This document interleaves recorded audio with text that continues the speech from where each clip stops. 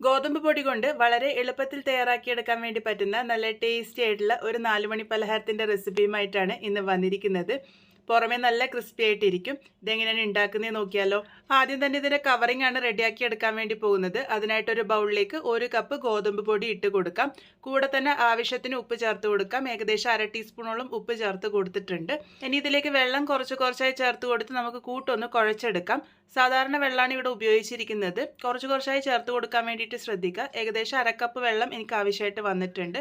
സാധാരണ പൂരിക്കൊക്കെ കുഴച്ചെടുക്കണ പോലെ semi soft ആയിട്ടുള്ള കൂട്ടാണ് കുഴച്ചെടുക്കേണ്ടത്.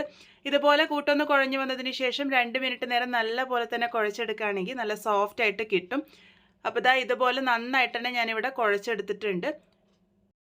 ഈ ഒരു കൂട്ട് 10 മിനിറ്റ് നേരത്തേക്ക് നമുക്കൊന്ന് റെസ്റ്റ് ചെയ്യാൻ വേണ്ടി വയ്ക്കാം. ആ ഒരു സമയത്ത് നമുക്കിതിൻ്റെ ഫില്ലിംഗ് തയ്യാറാക്കിയെടുക്കാം. 10 മിനിറ്റ് ആകുമ്പോഴേക്കും ഇതൊരൽപ്പം കൂടെ സോഫ്റ്റ് ആയിട്ട് വന്നോളും.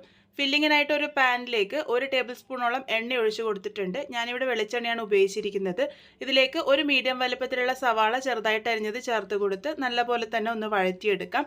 സവാളയൊക്കെ ഒന്ന് വാടി ഇതുപോലെ കളർ മാറി വരുമ്പോൾ നമുക്കിതിലേക്ക് 1/2 ടീസ്പൂൺ ഇഞ്ചി വെളുത്തുള്ളി പേസ്റ്റ് ചേർത്ത് കൊടുക്കാം. പേസ്റ്റോ അല്ലാന്നുണ്ടെങ്കിൽ ചതച്ചിട്ടോ ചേർത്ത് കൊടുക്കാവുന്നതാണ്. ഇനി നല്ലപോലെ തന്നെ വഴറ്റിയെടുക്കാം. ആ ഒരു ഇഞ്ചിയുടെയും വെളുത്തുള്ളിയുടെ ഒക്കെ പച്ചമണം മാറി വന്ന് ഉള്ളിയുടെ കളറൊക്കെ നല്ലപോലെ മാറി വരും. ആ ഒരു സമയം വരെ വഴറ്റിയെടുത്തിട്ടുണ്ട്. ഇനി ഇതിലേക്ക് മസാലകൾ ചേർത്ത് കൊടുക്കാം. 1/4 ടീസ്പൂൺ മഞ്ഞൾപ്പൊടി ചേർത്ത് കൊടുത്തിട്ടുണ്ട്. കൂടെ തന്നെ 1 ടീസ്പൂൺ മല്ലിപ്പൊടിയാണ് ചേർത്ത് കൊടുത്തിരിക്കുന്നത്. അതുപോലെ തന്നെ 1/2 ടീസ്പൂൺ ഗരം മസാലയും 1 ടീസ്പൂൺ ചില്ലി ഫ്ലേക്സ് ആണ് ചേർത്ത് കൊടുത്തിരിക്കുന്നത്. ഇതിലേക്ക് 1/2 ടീസ്പൂൺ ജീരകത്തിൻ്റെ പൊടി കൂടെ ചേർത്തിട്ടുണ്ട്. സാധാരണ ജീരകത്തിൻ്റെ പൊടിയാണ്, പെരുംജീരകത്തിൻ്റെ പൊടിയല്ല ചേർത്തത്.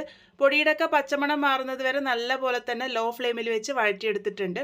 അതിനുശേഷം ഇതിലേക്ക് 2 മീഡിയം വലുപ്പത്തിലുള്ള ഉരുളക്കിഴങ്ങ് പുഴുങ്ങിയെടുത്ത് ഒന്ന് ഗ്രേറ്റ് ചെയ്തെടുത്തിരിക്കുന്നതാണ്.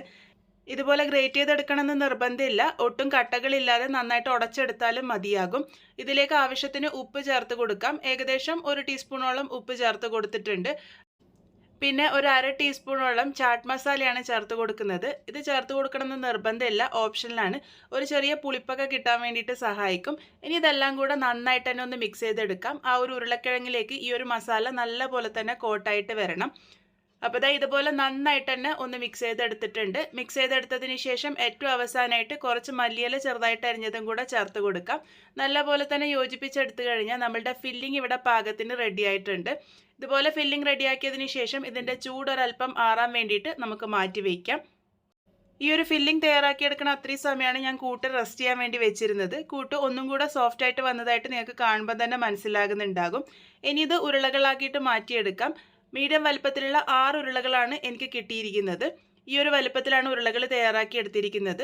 നമ്മളുടെ കൂട്ടിൻ്റെ ചൂട് ഒരൽപ്പം ആറി വന്നതിന് ശേഷം ഞാനിതിലേക്ക് 2 ചീസ് ക്യൂബും കൂടെ ഗ്രേറ്റ് ചെയ്ത് ചേർത്ത് കൊടുക്കുന്നുണ്ട്. ഇത് ചേർത്ത് കൊടുക്കണമെന്ന് നിർബന്ധമില്ല, ഇഷ്ടമുണ്ടെങ്കിൽ ചേർത്താൽ മതി. കുട്ടികൾക്ക് ഒരുപാട് ഇഷ്ടമായതുകൊണ്ട് ചേർത്തു എന്ന് മാത്രമേ ഉള്ളൂ. ചീസ് ക്യൂബ് ഇതുപോലെ ഗ്രേറ്റ് ചെയ്ത് ചേർത്ത് കൊടുത്തതിന് ശേഷം നല്ലപോലെ തന്നെ ഒന്ന് യോജിപ്പിച്ചെടുക്കാം.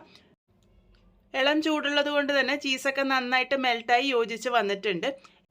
ഇനി ഇതെങ്ങനെയാണ് സെറ്റ് ചെയ്തെടുക്കുന്നതെന്ന് നോക്കാം. ഒരു ഉരുളയെടുത്ത് ഇതുപോലെ കയ്യിൽ വെച്ച് നമുക്ക് അരികുകൾ പ്രസ് ചെയ്തിട്ട് ഒന്ന് വലുതാക്കിയെടുക്കാം. നടുഭാഗമല്ല, അരികുകൾ പ്രസ് ചെയ്തിട്ട് വേണം വലുതാക്കിയെടുക്കാൻ വേണ്ടിയിട്ട്. നടുവിൽ ഒരുപാട് അമർത്താതെ വേണം ഇത് ചെയ്തെടുക്കാൻ വേണ്ടിയിട്ട്. ഇതുപോലെ പരത്തിയെടുത്തതിന് ശേഷം ആവശ്യത്തിന് ഫില്ലിംഗ് ഉള്ളിൽ വെച്ച് നല്ല പോലെ തന്നെ കവർ ചെയ്തെടുക്കുകയാണ് ചെയ്യുന്നത്. നമ്മൾ സാധാരണ കുഴക്കട്ടയൊക്കെ തയ്യാറാക്കണ ആ ഒരു രീതിക്ക് തന്നെ തയ്യാറാക്കിയെടുക്കുക. നല്ല പോലെ തന്നെ സീൽ ചെയ്തെടുക്കാൻ വേണ്ടിയിട്ട് ശ്രദ്ധിക്കുക. അതുപോലെ തന്നെ ഒരുപാട് ഫില്ലിങ് കുത്തി നിറച്ച് കൊടുക്കേണ്ട ആവശ്യമില്ല. ഒരല്പം ഫില്ലിങ് മാത്രം വെച്ച് കൊടുത്താൽ മതി. എന്നിട്ട് ഇതുപോലെ നന്നായിട്ട് ഷേപ്പ് ചെയ്ത് ഒന്ന് പരത്തിയും കൂടെ കൊടുക്കുന്നുണ്ട്. ഈ ഒരു രീതിക്കാണ് ഇത് ഷേപ്പ് ചെയ്തെടുക്കുന്നത്. ഇനി ഇതെങ്ങനെയാണ് ഫ്രൈ ചെയ്തെടുക്കുന്നതെന്ന് നോക്കാം.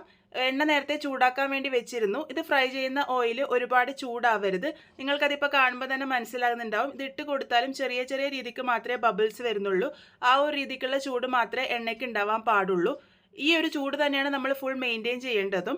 ഇതിൻ്റെ കുക്കിംഗ് ടൈം ഒരല്പം കൂടുതലാണ്. ഇത് കുറച്ച് സമയം കഴിയുമ്പോഴേക്കും എണ്ണയുടെ മുകളിലേക്ക് ഇതുപോലെ പൊങ്ങി വരും.